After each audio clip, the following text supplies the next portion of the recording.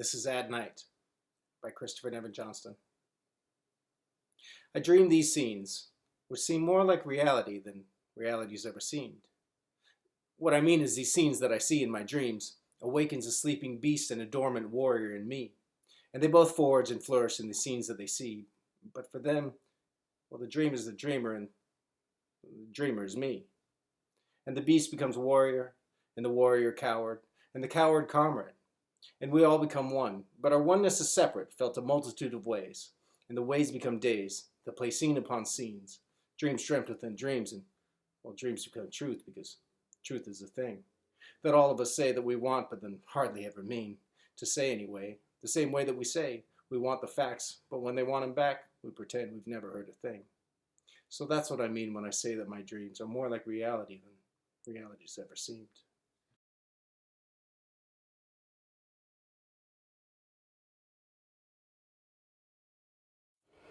For Cloverdale Performing Arts, Dead Poets Society Magic and Fantasy Week, I want to share with you my first ever memorized poem.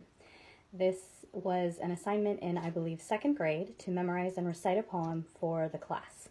And I had this book from a Scholastic book fair, or Reading is Fundamental book fair, and so I chose a poem from this book. And now I'm going to recite it for you. The Spider's Web by Charlotte Druitt Cole. Spider, spider, what are you spinning? A cloak for the fairy, I'm just beginning. What is it made of? Tell me true. Threads of moonshine and pearls of dew. When will the fairy be wearing it? Tonight, when the glowworm's lamps are lit. May I see her if I come creeping? All good children must then be sleeping. Steve Cannon, local poet, playwright, actor. Mystical circle dance. A sparkle falling out of the sky. A parade of travelers stopping for the night. Following the path to a starlit field, uncovering a treasure of utter delight. Moving to the edge of a mystical lake, reveling in a dance to the moon. Waiting for the fairies to appear, anticipating the gnomes' sojourn to the place. Upon their arrival, sentiments are exchanged, and the ritual begins to unfold. Fairies, gnomes, and humans joining hands for the dance, creating a circle of magic and mystery, all creatures enjoying the festive dance, grabbing hand to hand, singing songs of truth and hope, waiting for the signs of discovery, ready to unite with the elements of the earth.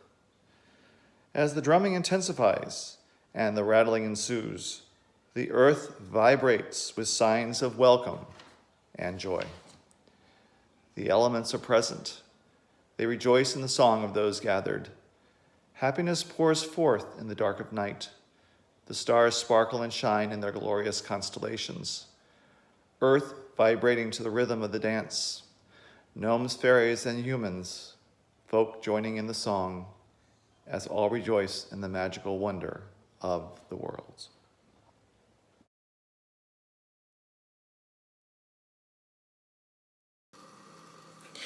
Gaily bedight, a gallant knight, in sunshine and in shadow, had journeyed long, singing a song, in search of El Dorado. But he grew old, this knight so bold, and o'er his heart a shadow fell, as he found no spot of ground that looked like El Dorado. And as his strength failed him at length, he met a pilgrim shadow. Shadow, said he, where can it be, this land of El Dorado? Over the mountains of the moon, through the valley of shadow. Ride, boldly ride, the shade replied, if you search for El Dorado.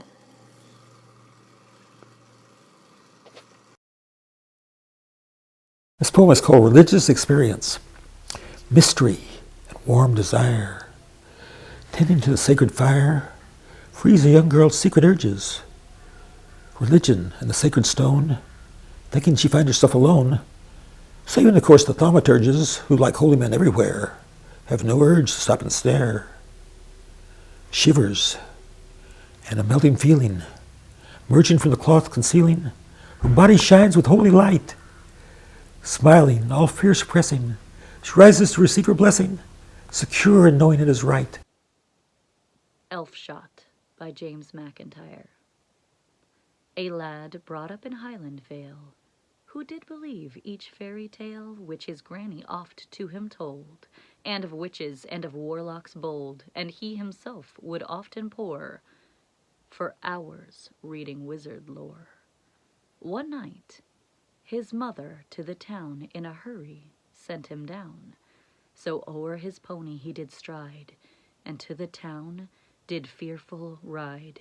He thought that demons they would rush on him from every rock and bush, and as he rode through the quarry, it did great increase his flurry.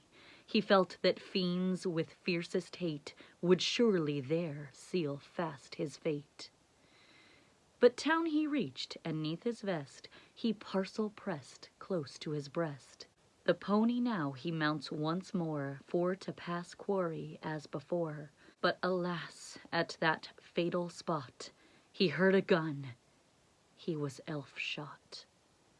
He felt that from his breast a flood was pouring down of its heart's blood. But he clung fast to pony's back, though loss of blood his frame did rack. But in spite of his alarms, he resolved to die in mother's arms. And when he reached his own door, he said that he was drenched in gore from bullet hole all in his breast. His father opened up his vest, and he did sadly fear the worst, but found yeast bottle had but burst. The Kraken by Alfred Lord Tennyson. Below the thunders of the upper deep, far, far beneath the abysmal sea, his ancient, dreamless, uninvaded sleep, the Kraken sleepeth. Faintest sunlights flee about his shadowy sides. Above him swell huge sponges of millennial growth and height, and far away into the sickly light, from many wonders grot and secret cell, unnumbered and enormous polypi, winnow with giant fins the slumbering green. There hath he lain for ages and will lie, battening upon huge sea worms in his sleep, until the latter fire shall heat the deep. Then once by man and angels to be seen, in roaring he shall rise, and upon the surface die. How did Medusa do her hair? The question fills me with despair. It must have caused her sore distress, that head of curling snakes to dress. Whenever after endless toil she coaxed it finally to coil, the music of a passing band would cause each separate hair to stand on end and sway and writhe and spit. She couldn't do a thing with it, and being woman and aware of such disaster to her hair, what could she do but petrify all whom she met with freezing eye? This poem is called Fantasy. Oh, to walk in the woods late at night, with the smell of the rain in the air, with our breaths coming quickly and tight, and the moon shining brightly and fair. Oh, to walk and to talk and to kiss. Oh, to want and to do and to dare. Oh, to live in a rapturous bliss, without torment or struggle or care.